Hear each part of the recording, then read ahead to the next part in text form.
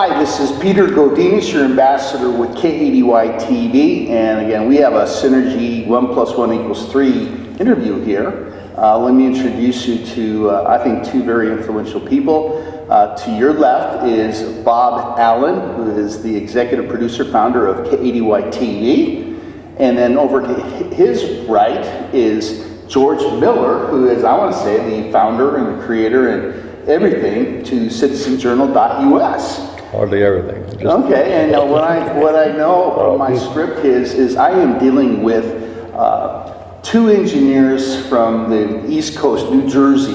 So let's get him off the right. You know, I was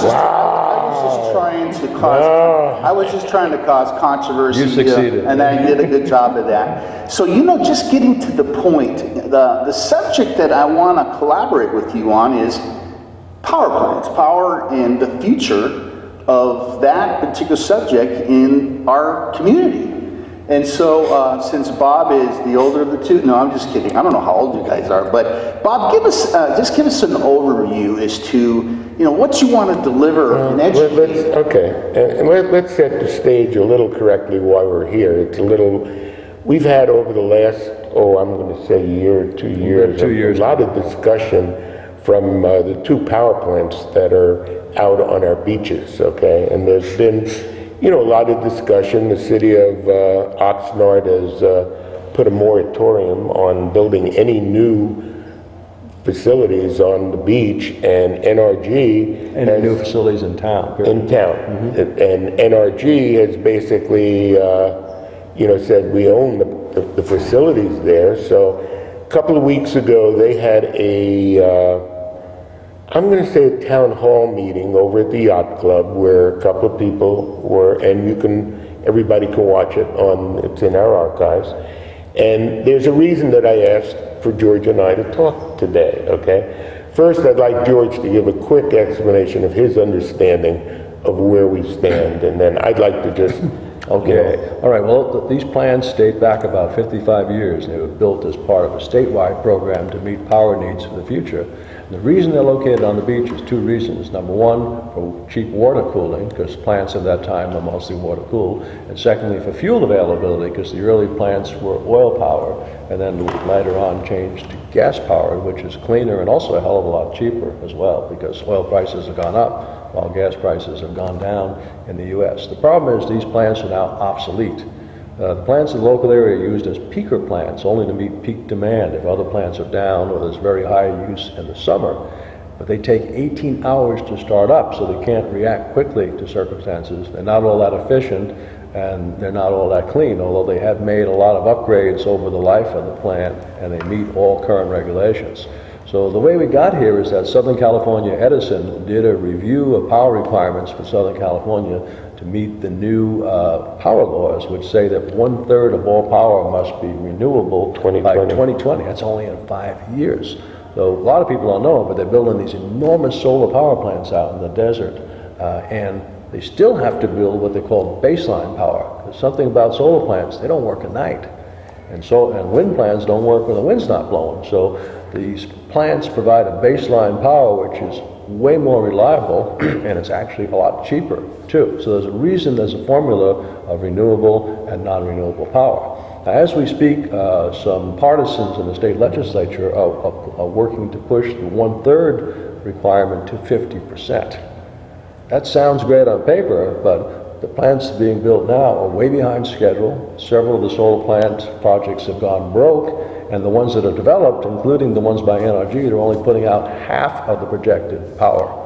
So I question whether we're even going to meet the 1/3 target by 2020. So that baseline power might be a lot more important than people imagine. Some of those peaker plants may be mainline plants as well. Well, there's one other point, and that's in 2020, 95% of all the seawater that's being used today cannot be used anymore. I mentioned that earlier, no more water cooling. So the new plant technology is not water cooling. Is there the goal of having kind of a balanced portfolio of all three elements you're talking about? Yes, wind, yes, power, that is exactly the plan. That's what they're trying to do. And the plants that are being built, that plant, let's define what a peaker plant is. Good. In other words, 35% of all the energy that's coming in must be green energy. 33 and a third. 30, I'm sorry. I was He's off so by man of 30. details. That's the engineering. That's it. You know, what can I tell you? Is there a point something on that one? 33.33333. Okay, all right.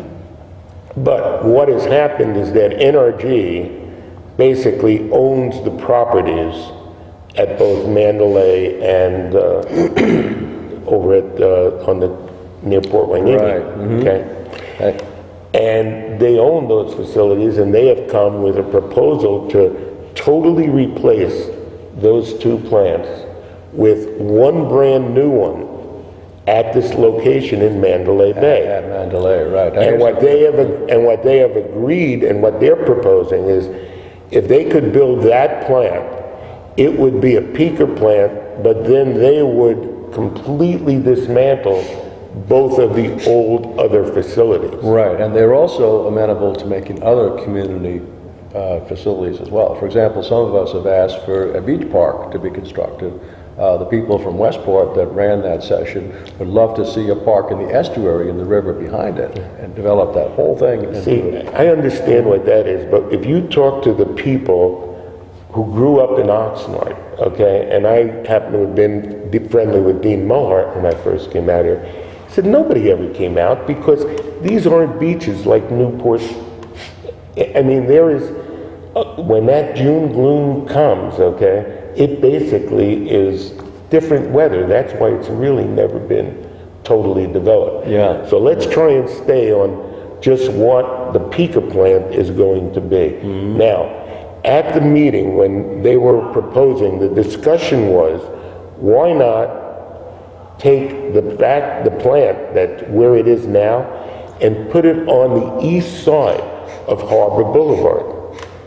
That would take it away and give the beach park back. Right. You know what I'm This saying? has been recommended And this several is a times, very but they've been fighting it, right? I'm saying it's a very logical solution. They're already, if you see there's pumping and, you know, oil wells, you know, in the area, so why not put that as a utility thing? But that's not the only point that we're here, and this is where I want to get to.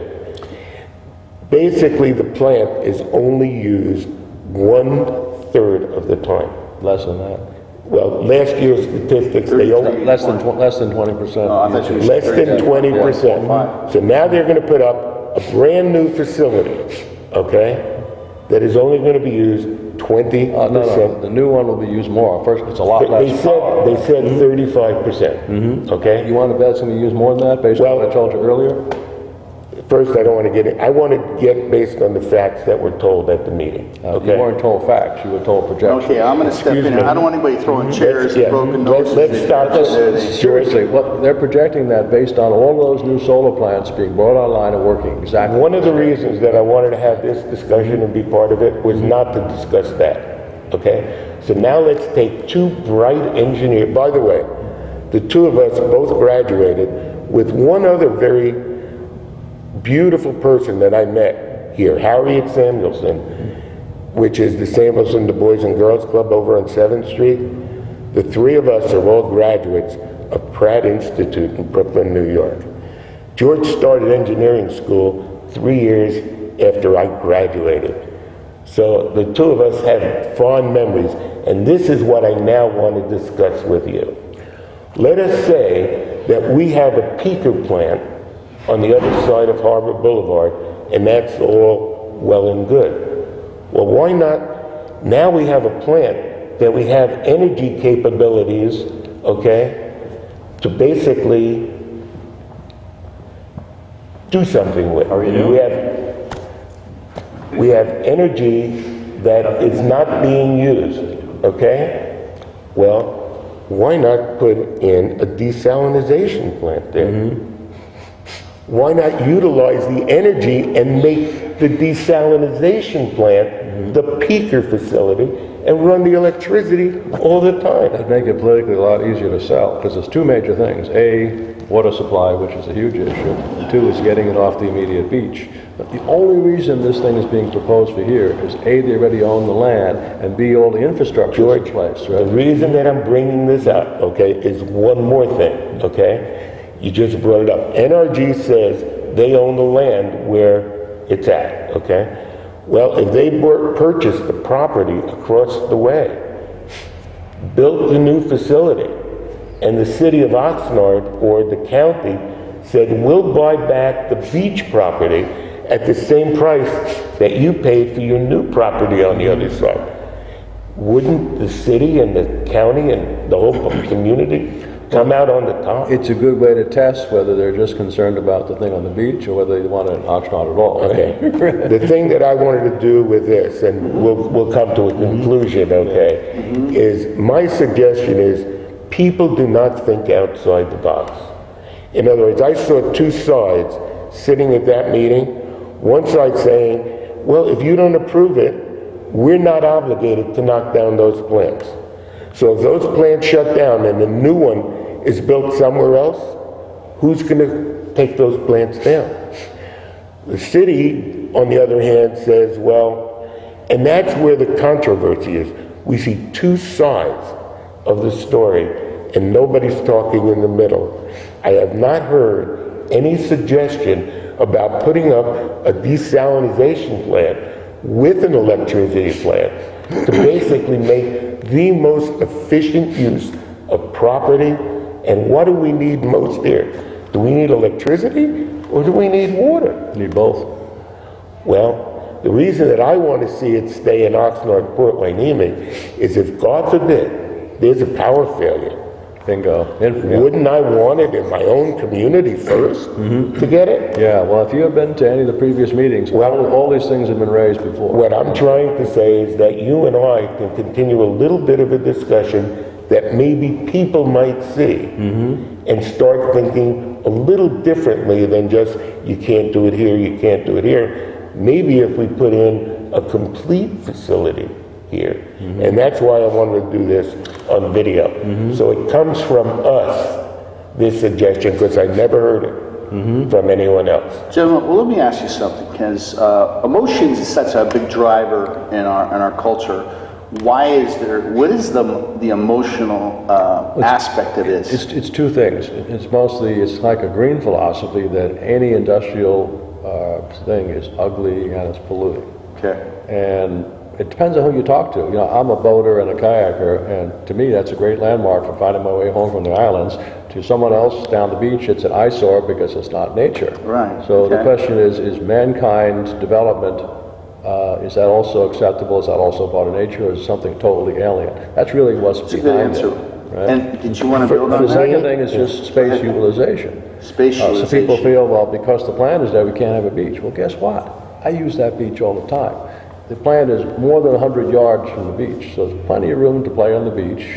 As far as wildlife, there's more wildlife there than there is down in Mandalay Beach or Hollywood Beach, because it's basically wilderness. There's a big sign that says, don't bother the birds.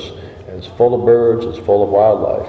It's not a polluting site. The new plant would be much cleaner than the old plant, which is pretty clean to start with because it runs on gas. Just in terms of time, Bob, why don't you give us the last, do you have a comment on my? Just the last thing that I want to say, okay, and then we'll conclude it, is basically, I don't want to get into saving birds or saving beaches.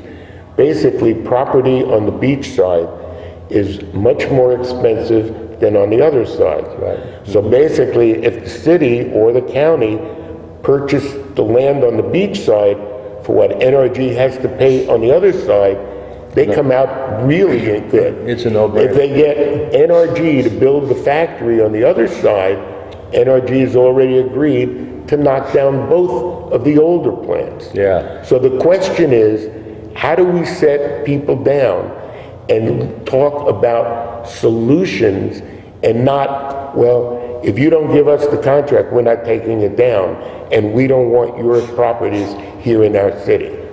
We got to look for some compromise that'll make it so that everybody wins. That's the best solution. Yeah. So on that, I think that's all I had intended to do with this session. I didn't really want to get into a discussion about where the power plant should be, other than in Oxnard, across the street from Harbor Boulevard. Or we famous is saying that's another section, or another You got segment. that'll be another segment. Gentlemen, thank you for being the engineers that you are, the smart people that you are, and just the involved people that you are. So again, thank you, and this is Peter Godinez, your ambassador of KDY, the version of Good Morning, Port White, Oxnard.